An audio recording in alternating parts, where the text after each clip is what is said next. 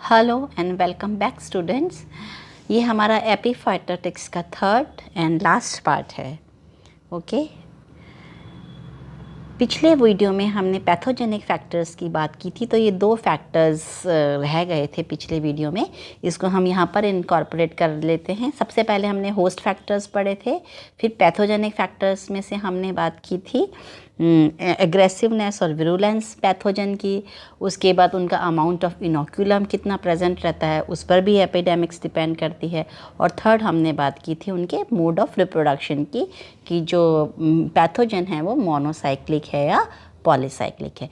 इसके अलावा बाकी के जो फैक्टर्स हैं दो, वो हैं इकोलॉजी ऑफ द पैथोजन। इसका क्या मतलब है? Presence of inoculums in the host, vascular fungi reproduce inside the host and vector transmitted cause epidemic, and soil borne pathogen produce inoculums on the infected field. Okay, तो vascular fungi और जो soil pathogens हैं वो किस किस जगह पर inoculum produce करते हैं, ये आता है इकोलॉजी ऑफ पैथोजन में। नेक्स्ट है mode of spread of the pathogen, कि जो पैथोजन है किस तरह से अपने आप को स्प्रेड करता है। तो जैसा आप सबको ही पता है, through wind, through water, soil, seed, insect, human, machinery used in agriculture etcetera. तो ये सारे मोड्स हैं जिससे जो पैथोजन है वो स्प्रेड होता है।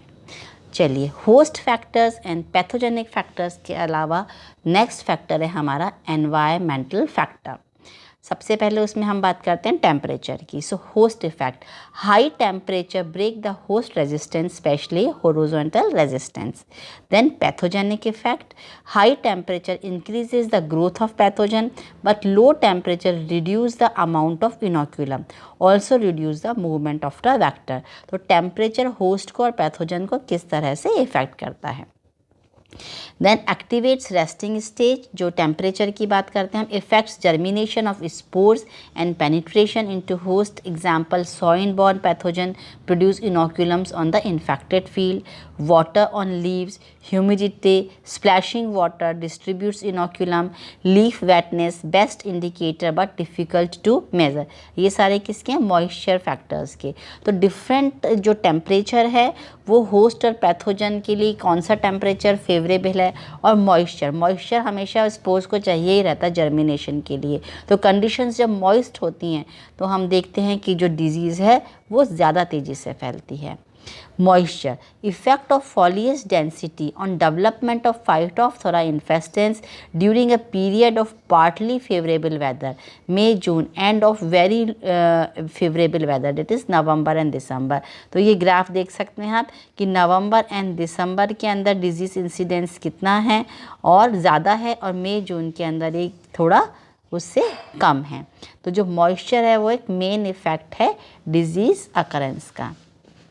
Then comes the human factors, site selection and preparation, poor drainage, low land, infected field. Suppose human factors, environmental, host, pathogen factors के अलावा जो मेन फैक्टर है ह्यूमन फैक्टर, कि मतलब ह्यूमंस ने आप वो साइट कैसे सिलेक्शन की है क्रॉप के लिए या क्रॉप को ग्रो करने के लिए। सपोज उसमें पुअर ड्रेनेज है या लो लैंड है या फील्ड जो है ऑलरेडी इन्फेक्टेड है, तो दैट मीन्स जो it is suitable for the epidemics. Then selection of propagating material, कि जो प्रोपोगेटिंग सीड्स हैं या प्रोपोग्यूल्स हैं वो ह्यूमंस ने कैसे लिए हैं। यूजिंग पैथोजन फ्री और treated planting materials reduce disease. तो या तो आप ट्रीट करके या सीड ट्रीटमेंट करके सो कर रहे हैं, या आप इन्फेक्टेड सीड्स को ही सो कर रहे हैं। तो यदि इन्फेक्शन करेंगे तो दैट मीन्स इन्फेक्शन ऑलरेडी है तो डिजीज़ फैलेगी। तो सेकंड पॉइंट ये है ह्यूमन के फैक्टर्स में कि आपने सिलेक्शन कौन से प्रोपेगेटिंग मटेरियल का किया है, वो इन्फेक्टेड है या हेल्दी है। Then culture practices, monoculture, high level of nitrogenous fertilisers, denser planting, overhead irrigation, poor sanitation, creation injury in plant. Okay, तो ये सारे फैक्टर्स हैं जो कि डिजीज़ अकरेंस को इंक्रीज़ करते हैं। ये सारी माल प्रैक्टिसेस की, डेंस आपने बहुत ज़्यादा प्लांट्स पास प्लांट्स लगा दिए तो नेचुरली इन्फेक्शन फैलेगा।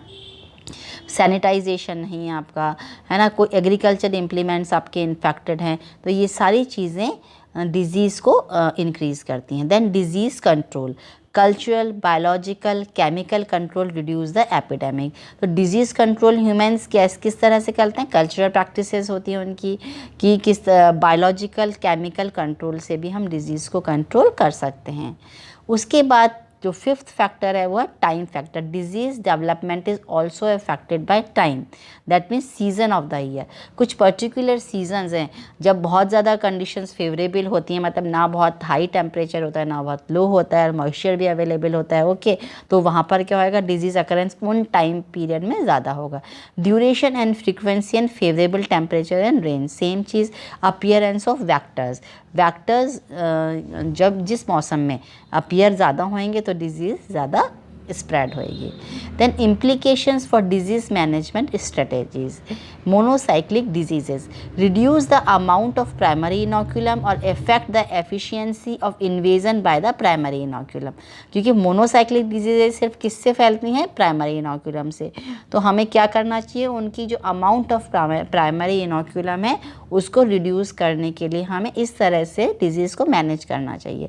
Then polycyclic diseases, reducing the amount of primary inoculum has less impact. क्योंकि प्राइमरी इनोकुलम से सेकेंडरी इनोकुलम में ये ज़्यादा फैलता है। Reducing the rate of increase of the pathogen more beneficial. तो जो पॉलीसाइक्लिक डिजीजेस हैं उनके अंदर reducing the rate of increase of pathogen more beneficial है रादर देन प्राइमरी इनोकुलम को कम करने के लिए। Purpose of disease management is to prevent disease from exiting some level where profit or yield is significantly diminished, okay। तो ये disease है, ये time है। Effect of disease management on the disease, तो मोनोसाइक्लिक डिजीज़ के लिए graph बन रखा है और ये पॉलीसाइक्लिक के लिए कि disease management, managed disease level नीचे तक आ जाएगा यदि आपका मैनेज कर रहे हैं आप डिजीज़ को, और नहीं कर रहे हैं तो जो डिजीज़ है वो फैलती जाएगी। Principles of epidemiology indicates that control measures can do this in only two ways. किस तरह से कर सकते हैं? पहला, दे में रिड्यूस और delay disease at the beginning of the season, okay. तो एक्स जो भी आपका इनोकुलम है ना, प्राइमरी इनोकुलम, उसी को ही आपको सप्रेस करना है। तो रिड्यूस करें आप disease at the beginning of the season में, जिससे कि वो आगे स्प्रेड ना हो। देन दे में decrease the rate of disease development during the growing period. और यदि डिजीज़ हो गई है तो हम उसके रेट को डिक्रीज़ करें, आर को डिक्रीज़ करें ग्रोइंग पीरियड में, कि जो डिजीज़ का रेट है वो ज़्यादा ना बढ़ पाए। Ways to reduce disease inoculum at beginning, that is X0 for the polycyclic diseases। किस तरह से कर सकते हैं हम इनोकुलम को, जो प्राइमरी इनोकुलम को हम किस तरह से रिड्यूस कर सकते हैं? फ्यूमिगेशन से, सर्टिफाइड सीड्स यूज़ करके, सैनिटेशन करके, सीड ट्रीटमेंट देके, क्वारंटीन करके, एंड होस्ट प्लांट रेजिस्टेंस, जो प्लांट की रेजिस्टेंस है उन वेराइटीज़ को हम यूज़ करके जो बिगनिंग इनोकुलम है डिजीज़ का उसको हम रिड्यूस कर सकते हैं। Then ways to decrease the rate of disease development. अब हमें जो इन्फेक्शन रेट है आर, उसको कैसे कम कर सकते हैं? Change the environment. यदि डिजीज़ मतलब जो एनवायरनमेंट है जो कि फेवरेबल है उसको हम चेंज कर सकते हैं जो कि पैथोजन के लिए फेवरेबल ना हो। फर्टिलाइज़र एप्लीकेशन, ऐसे फर्टिलाइज़र्स हम अप्लाई कर सकते हैं जिससे कि जो पैथोजन है उसके लिए सूटेबल ना हो। And host plant resistance obviously. Then ways to change T, that is time. Harvest early before disease become severe. तो कुछ केसेस के अंदर हम अर्ली क्रॉप्स को सो कर सकते हैं और ऐसी क्रॉप्स को सो कर सकते हैं जो कि जल्दी राइप हो जाती हैं बिफोर द पैथोजन, जो वो पैथोजन के कॉन्टेक्ट्स में आए उससे पहले। तो harvest early before disease become severe and plant early, कि आपको जो भी प्लांट्स हैं उनको आप जल्दी लगा सकते हैं। Then patterns of epidemics. Interactions among the elements of epidemics as influenced over time by factors of the environment and by human interference are expressed in patterns and rates. Okay, तो ये सारे factors को हम किन patterns में explain कर सकते हैं? तो disease progress curve and disease gradient curve. तो इस तरह से ये दो कर्व्स बनते हैं। देन डिजीज़ प्रोग्रेस कर्व क्या होता है? A saturation type of curve होता है, 3 monocyclic disease of different epidemic rates. Then sigmoidal curve होता है जो कि हम पहले देख चुके हैं, polycyclic diseases such as late blight of potato. Then bimodal curve, polycyclic diseases such as apple scab in which the blossoms and the fruit are infected at different separate times। तो उनके अंदर क्या बनेगा, बाईमोडल, क्योंकि उनके जो फ्रूट्स हैं और जो उनके ब्लॉसम्स हैं, जब वो ब्लॉसम करते हैं, फ्लावर्स हैं, वो अलग अलग टाइम पर इन्फेक्ट होते हैं।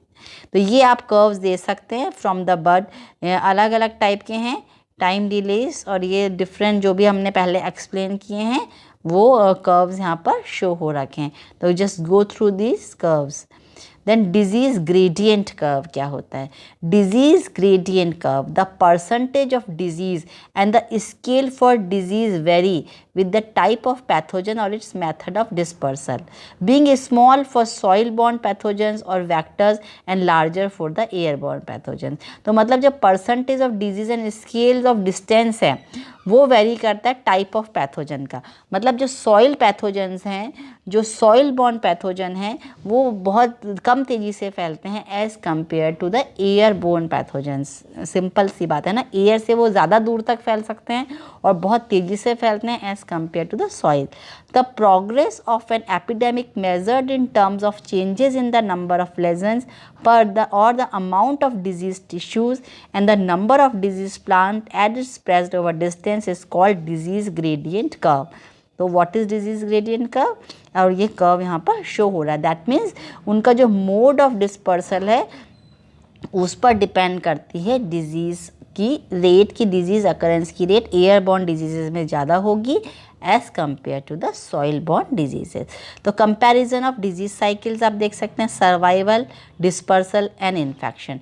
फंजाई मेनली सर्वाइवल कहाँ पे, इनका क्रॉप रेजिड्यू में सर्वाइव करती हैं, सॉइल पे कर सकती हैं, ऑल्टरनेट होस्ट पे कर सकती हैं। फिर डिस्पर्सल कैसे होता है फंजाई का, विंड से हो सकता है, रेन से हो सकता है, इंसेक्ट से। इन्फेक्शन डायरेक्टली या वुंड्स या इंसेक्ट फीडिंग से ये जो इनका इन्फेक्शन कॉज करती हैं। Then becomes the bacteria. Bacteria का सर्वाइवल भी क्या है, क्रॉप रेजिड्यूज़ के अंदर है, सॉइल में है, ऑल्टरनेट होस्ट के अंदर है, और इंसेक्ट वेक्टर्स, जो कुछ बैक्टीरिया हैं वो इंसेक्ट्स के अंदर भी रहते हैं। सेम डिस्पर्सल इनका विंड, रेन और इंसेक्ट से हैं। इन्फेक्शन वुंड्स या इंसेक्ट फीडिंग से इनमें इन्फेक्शन ये फैलाते हैं। देन वायरसेस कहाँ रहते हैं, ऑल्टरनेट होस्ट से या इंसेक्ट्स के अंदर रह सकते हैं। इंसेक्ट से ही इनका डिस्पर्सल होएगा और ये इंसेक्ट से ही, इसकी फीडिंग से ही इनके अंदर डिस्पर्सल और इन्फेक्शन दोनों होंगे। देन निमेटोड्स भी क्रॉप रेसिड्यूज़ के अंदर प्रेजेंट रहते हैं और सॉइल में प्रेजेंट रहते हैं। देन इनका डिस्पर्सल कैसे होता है, tillage, equipments and water run of. तो जो भी आपके एग्रीकल्चर इक्विपमेंट्स हैं उनसे, या जो पानी कहीं बह रहा है ज़मीन में, वहाँ से बहकर ये एक प्लांट से दूसरे प्लांट तक पहुँच जाते हैं। और इन्फेक्शन ये डायरेक्टली रूट्स के थ्रू ही इन्फेक्ट करते हैं प्लांट्स को।